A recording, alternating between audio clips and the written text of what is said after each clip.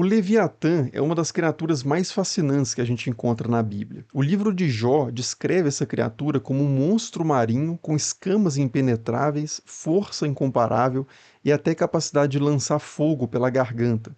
A tradução da Bíblia para o grego, que é a Septuaginta, chamou essa criatura de Dracon, de onde vem, claro, o nosso dragão. Mas dizer que o Leviatã é um dragão que aparece na Bíblia, simplesmente, não esclarece muita coisa, né? A história, como a gente vai ver aqui, é muito mais complicada e muito mais interessante do que isso. O que a gente vai fazer nesse vídeo é analisar cada uma das passagens bíblicas nas quais o Leviatã aparece e comparar essas passagens com outras fontes históricas e arqueológicas que ajudam a recuperar o significado original por trás desse nome, né? O que que significa o Leviatã, o que que é essa criatura, de onde que vem esse imaginário, por que que ele aparece na Bíblia. E a gente pode começar esse exercício pelo Salmo 74, que é uma das referências mais curiosas que a gente tem a respeito desse ser, né? E o texto diz o seguinte: Tu, ó Deus, dividiste o mar com teu poder, quebraste as cabeças dos monstros das águas, tu esmagaste as cabeças do Leviatã, dando-o como alimento às feras selvagens.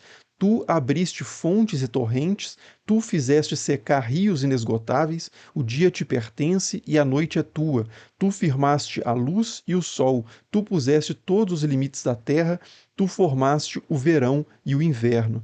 Aqui então a gente tem essa imagem bem curiosa de Deus quebrando a cabeça dos monstros marinhos e esmagando as cabeças do Leviatã.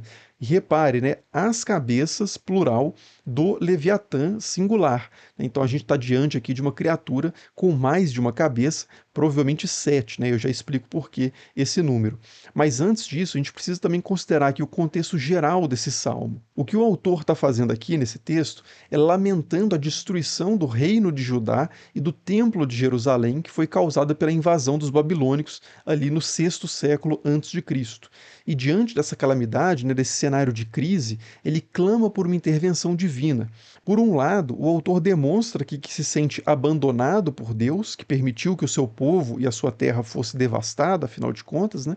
Mas por outro lado, ele demonstra que ainda confia nesse Deus para reverter essa situação. E o que inspira essa confiança é justamente a lembrança daquilo que Deus já fez no passado, né? Os grandes feitos primordiais desse Deus. Como, por exemplo, ele ter dividido o mar, quebrado a cabeça dos monstros marinhos e esmagado o Leviatã. Além disso, ele também recorda como que Deus fez águas brotarem e secarem e como que ele estabeleceu toda a ordem cósmica, né, fixando os astros, as estações e os limites da Terra. Então a ideia basicamente aqui é essa, né? É de que ele reconhece um Deus super poderoso que fez grandes coisas no passado, que consequentemente não teria a menor dificuldade, né, de quando ele quiser acabar com os babilônicos e devolver a liberdade e a paz para o seu povo. Muitos leitores, inclusive, diante desse salmo aqui, costumam ver nesse trecho uma referência a outro episódio bíblico de libertação milagrosa, que é o episódio do Êxodo, no qual as águas do Mar Vermelho teriam sido divididas, permitindo que os israelitas escapassem do Egito. Mas mesmo se a gente adotar essa interpretação, ainda permanece uma pergunta básica, né, que é por que o autor desse salmo usaria essas imagens tão estranhas para se referir ao Êxodo, né? De onde, afinal de contas, ele tirou essa ideia de monstros marinhos e desse tal de Leviatã. Então, até o início do século XX, a gente não tinha tanta clareza a esse respeito, né? Mas agora, graças a uma descoberta arqueológica que aconteceu ali na atual região da Síria, a gente sabe muito bem que essas imagens evocadas aí no Salmo não são nada aleatórias. Em 1928, milhares de tabuinhas de argila datadas dos séculos 13 e 12 a.C. foram encontradas na atual cidade de Ras Shamra, que é a antiga Ugarit. E a descoberta, então, desses textos, chamados de textos ugaríticos, aumentou de forma assim, incalculável o nosso conhecimento sobre a cultura antiga ali daquela região, né, da antiga região de Canaã, que foi onde os reinos de Israel e de Judá também se desenvolveram, né, nessa macro-região ali de Canaã.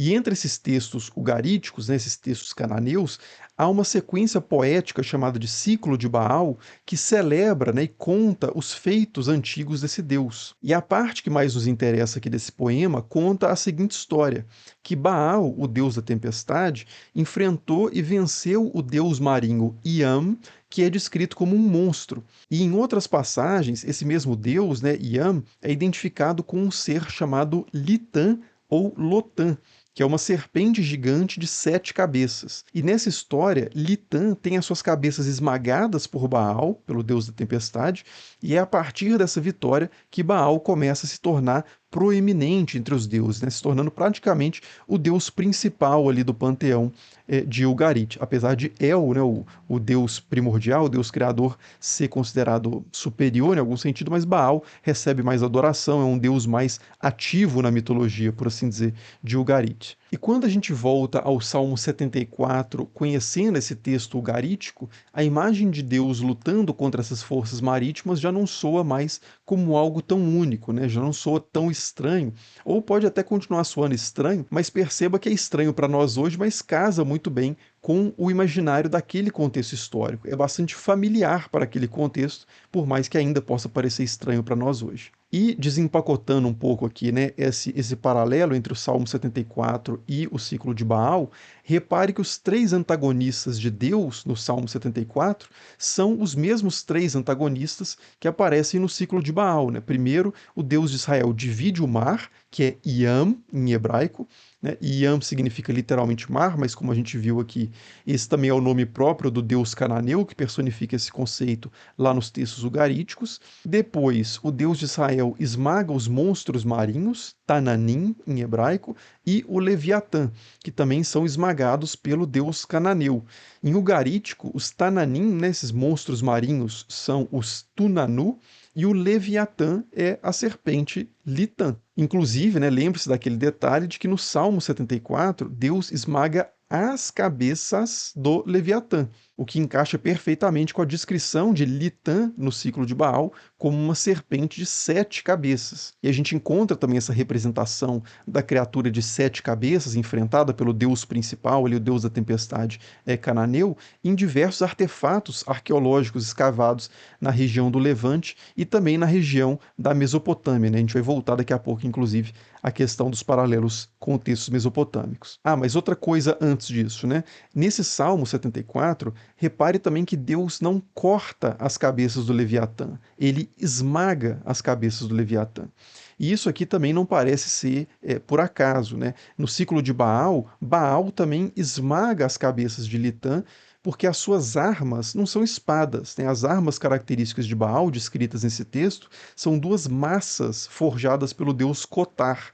E a massa, claro, é um tipo de arma que tem a função de esmagar. E aí, já passando para outra comparação, um detalhe interessante desse salmo é que depois de descrever a vitória do Deus de Israel sobre o mar, os monstros do mar e o Leviatã, o texto começa a apresentar imagens de ordenamento cósmico. Água surgindo aqui, secando ali, a luz e o sol sendo firmados, os limites da terra sendo fixados e as estações do ano sendo criadas. A ideia de um ordenamento cósmico que vem na sequência da vitória de um deus sobre uma personificação do mar também não é uma coisa sem precedentes no Antigo Oriente Próximo, né? Pelo contrário. No Antigo Oriente Próximo, que é esse espaço maior que abrange ali a região dos antigos reinos de Israel e de Judá, as histórias de criação ou de ordenamento cósmico frequentemente faziam referência a uma batalha primordial entre um deus da tempestade e o deus das águas caóticas do mar. No Enuma Elish, por exemplo, que é um épico babilônico da criação, o deus da tempestade, que é Marduk,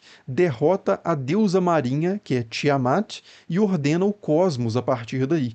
Uma coisa nesse sentido que o Marduk faz, por exemplo, é dividir o corpo de água de Tiamat em 2 partes. Uma parte forma as águas de baixo, que são as águas no nosso nível, aqui as águas do mar, por exemplo, e a outra parte forma as águas de cima, que ficam suspensas no céu por meio de um firmamento, né, que é feito com o couro da deusa. Além disso, os olhos de Tiamat são abertos à força para fluírem dele 2 rios, que são os rios Tigre e Eufrates, né, os rios principais ali da Mesopotâmia, e depois disso Marduk fixa também os corpos celestes e define os limites e a regularidade dos meses e dos anos, né? Coisas muito parecidas ali com aquela segunda parte que eu li do Salmo 74, né, a parte do ordenamento cósmico que segue a vitória sobre o monstro marinho. Bom, mas voltando àquela interpretação de que a divisão do mar nesse salmo poderia ser uma referência ao Êxodo, a verdade é que uma leitura não invalida necessariamente a outra, né? É perfeitamente possível que, ao escrever essa passagem, o autor tenha recorrido a esse imaginário da luta primordial, né, muito comum ali no Antigo Oriente Próximo, para se referir metaforicamente à história do Êxodo, né? Pode ser, isso é uma possibilidade. Mas a certeza que a gente tem é que o autor do Salmo conhecia e fez referência, sem dúvida nenhuma, nesse Salmo 74, ao tema mitológico da luta contra o caos, que é muito presente nos textos ugaríticos, nos textos mesopotâmicos, e como a gente está vendo aqui e vai ver ainda mais, é muito presente também nos textos hebraicos. Mas antes de continuar, deixa eu só agradecer rapidinho aqui a Insider, que está patrocinando esse vídeo, né? A Insider, vocês já sabem, é quem produz essas camisetas tecnológicas, né, as Tech T-shirts. Tem de outras cores também, né? Eu estou usando a preta hoje, mas são camisetas excelentes, os produtos em geral da marca são excelentes e eles estão com promoções aí muito boas até o final de março agora, né, que é o mês do consumidor. Então, se vocês entrarem pelo link que eu vou deixar aí na descrição do vídeo e no primeiro comentário fixado e colocarem o cupom estranha15, vocês conseguem 15% de desconto em todos os produtos da loja. E como eles estão fazendo promoções lá também no site, de forma geral, esse desconto pode se somar ao desconto deles e virar até 38% de desconto. Então, depois dá uma passada lá, né, para aproveitar a oportunidade. Os produtos são realmente muito, muito bons, de verdade. Mas, dado esse recado, então, voltemos para a nossa análise aqui sobre o Leviatã. E falando em usos metafóricos do Leviatã, outro caso interessante é uma passagem do livro de Isaías. Lá, o texto diz o seguinte: naquele dia punirá Yahvé com sua espada dura, grande e forte, Leviatã, serpente escorregadia, Leviatã, serpente tortuosa, matará o monstro que habita o mar. Aqui, mais uma vez, a gente tem Yahvé abatendo o Leviatã, dessa vez com uma espada. O contexto geral dessa passagem é o da expectativa de uma ação futura de Yahvé a favor do seu povo, né, depois dele ter sido vencido e oprimido por reinos vizinhos. Hoje não existe um consenso muito bem definido sobre a que povo o texto estaria se referindo aqui como associado ao Leviatã.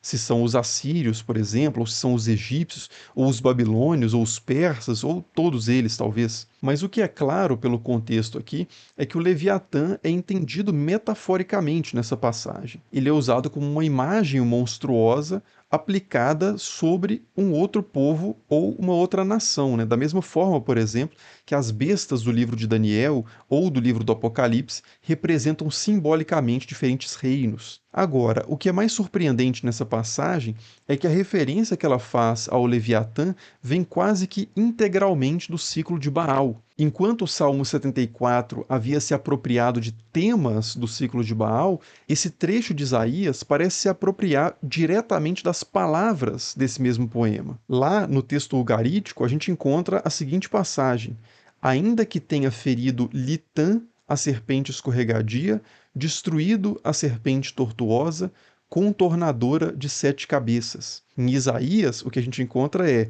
Leviatã, serpente escorregadia, Leviatã, serpente tortuosa.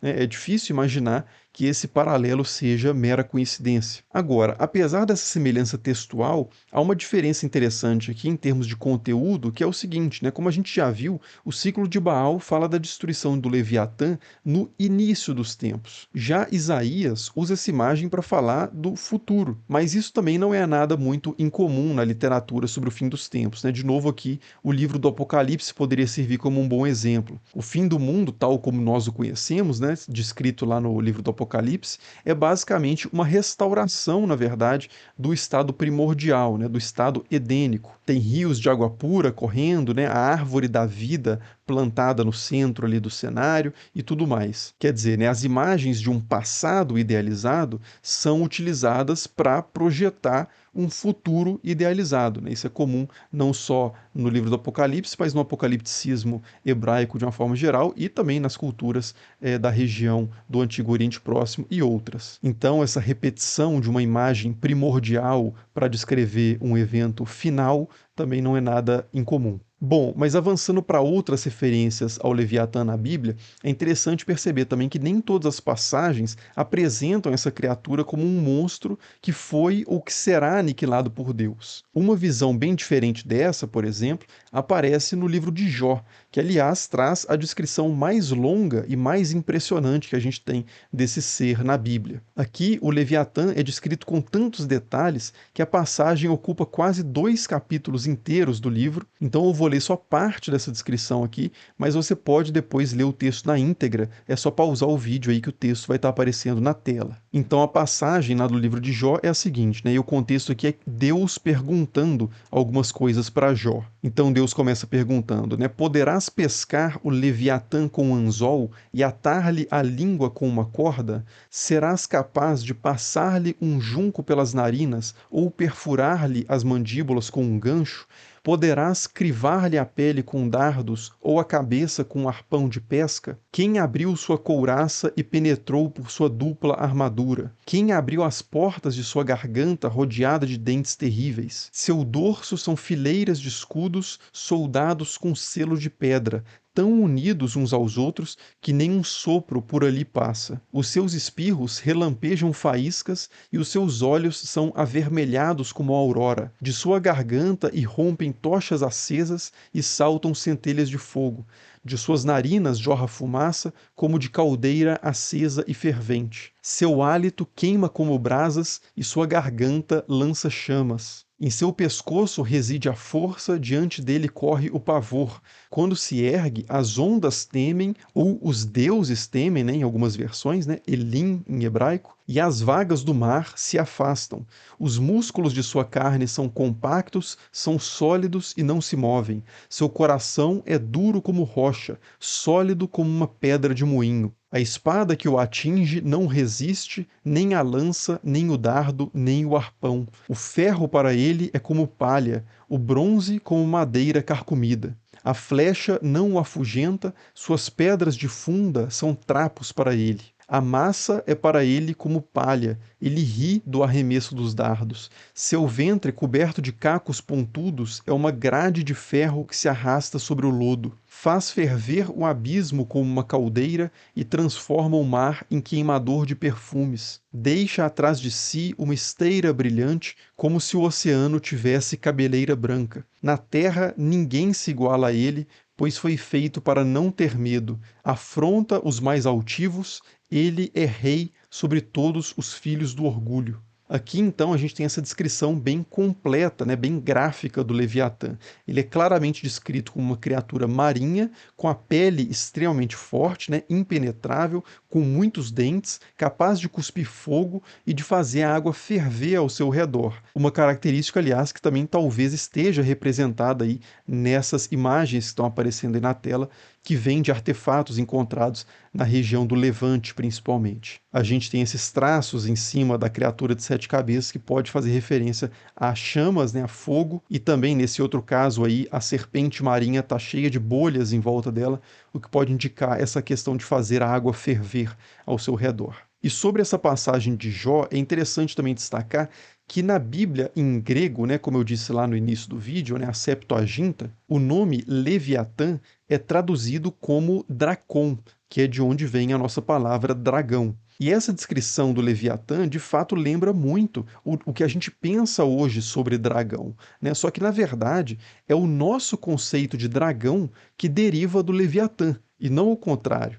A palavra grega dracon, originalmente, significava simplesmente serpente, geralmente uma serpente terrível, perigosa, mas ainda assim uma serpente. O cajado de Moisés, por exemplo, na Bíblia em grego, se transforma em um dracon na história do Êxodo. E há dezenas de outros dracones na Septuaginta, só que só o Leviatã é que é gigante, blindado e cospe fogo. Os outros dracones da Bíblia parecem realmente simplesmente serpentes. Então, de novo, né, dizer que o Leviatã é um dragão não significa lá muita coisa, né? É uma declaração meio circular, porque o Leviatã só parece muito como uma descrição de um dragão, porque a descrição do dragão atual é basicamente uma descrição do Leviatã. Bom, mas se a gente deixa de lado então a ideia do dragão, com que outra criatura a gente poderia comparar o Leviatã? Muitos leitores já tentaram identificar esse monstro, né, essa criatura descrita no livro de Jó, com alguns animais específicos, como por exemplo o crocodilo, por causa das escamas e dos dentes,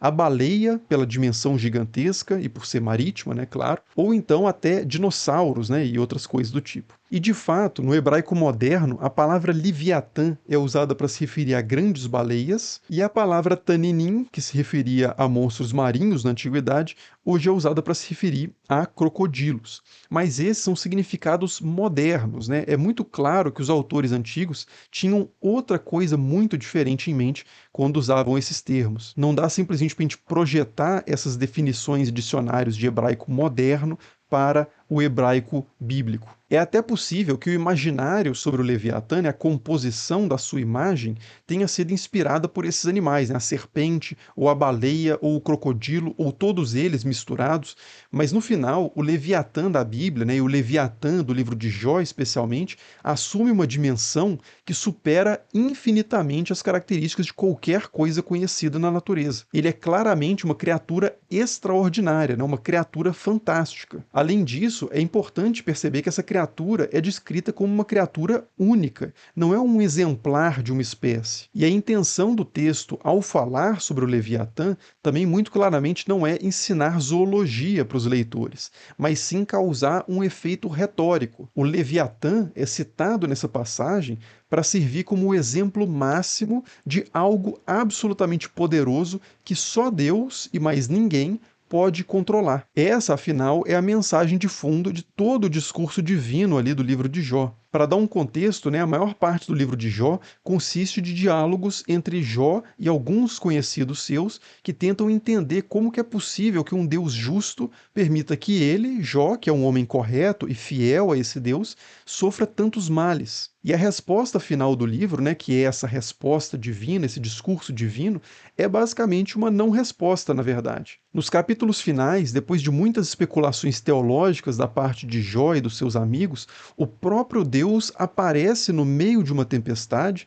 de novo a tempestade e o Deus da tempestade, e deixa claro para Jó que ele, né, Jó, e qualquer ser humano que seja, é limitado demais para questionar o modo como Deus age na história. E ele deixa isso claro, ele passa essa mensagem fazendo perguntas retóricas para Jó. Por exemplo, onde estavas quando lancei os fundamentos da terra? Fala, se é que sabes tanto.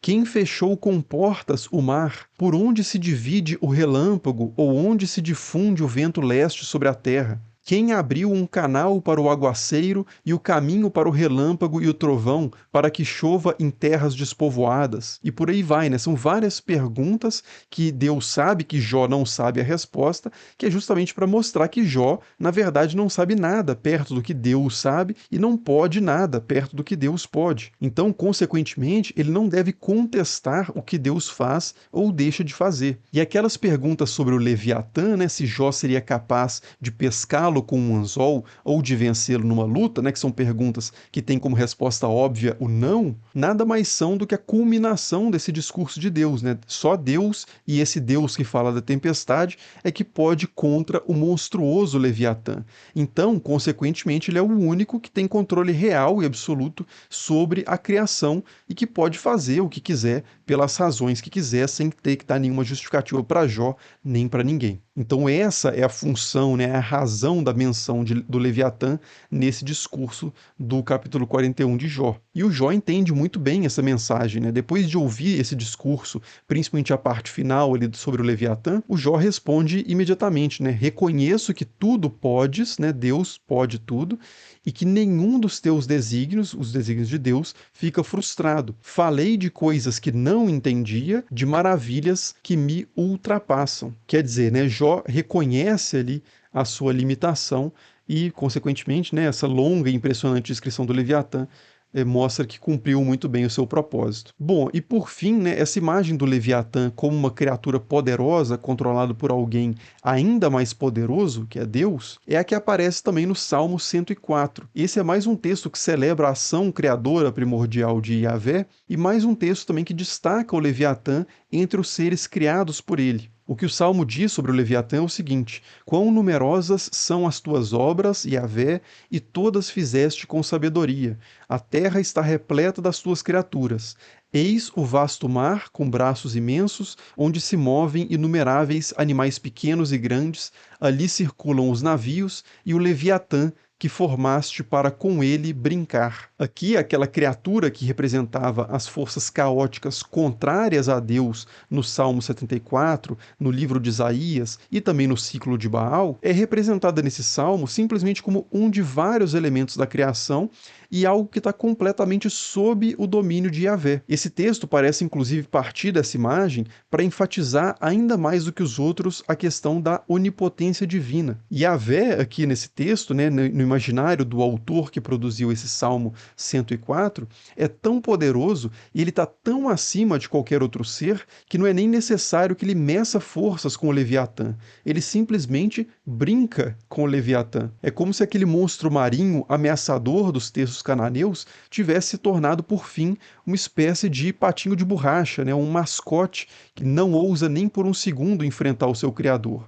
Ao contrário, ele simplesmente se submete docilmente diante do Deus onipotente. Enfim, né, então o que a gente vê na comparação dessas referências bíblicas ao Leviatã é que essa criatura assume significados diferentes de autor para autor e de texto para texto. Né? A Bíblia, é sempre importante lembrar, é um conjunto de textos bastante heterogêneos, escritos por pessoas diferentes, em situações históricas diferentes, imersas em culturas diferentes, interessadas em comunicar mensagens diferentes, e que só por meio de um longo processo histórico é que foram reunidos como um único volume, mas cada um desses volumes guarda as suas especificidades, né, as suas diferenças em relação aos outros. Então, nada mais natural do que essa heterogeneidade aparecer também na compreensão do Leviatã nesses diversos textos bíblicos. E por último, né, para encerrar essa análise, vale a pena falar aqui que essa transformação histórica no entendimento dessa criatura não parou na Bíblia, assim como ela não começou na Bíblia. Além do imaginário cananeu e babilônico, que a gente já mencionou lá no início, várias outras culturas antigas também falaram de um deus, né, geralmente um deus da tempestade,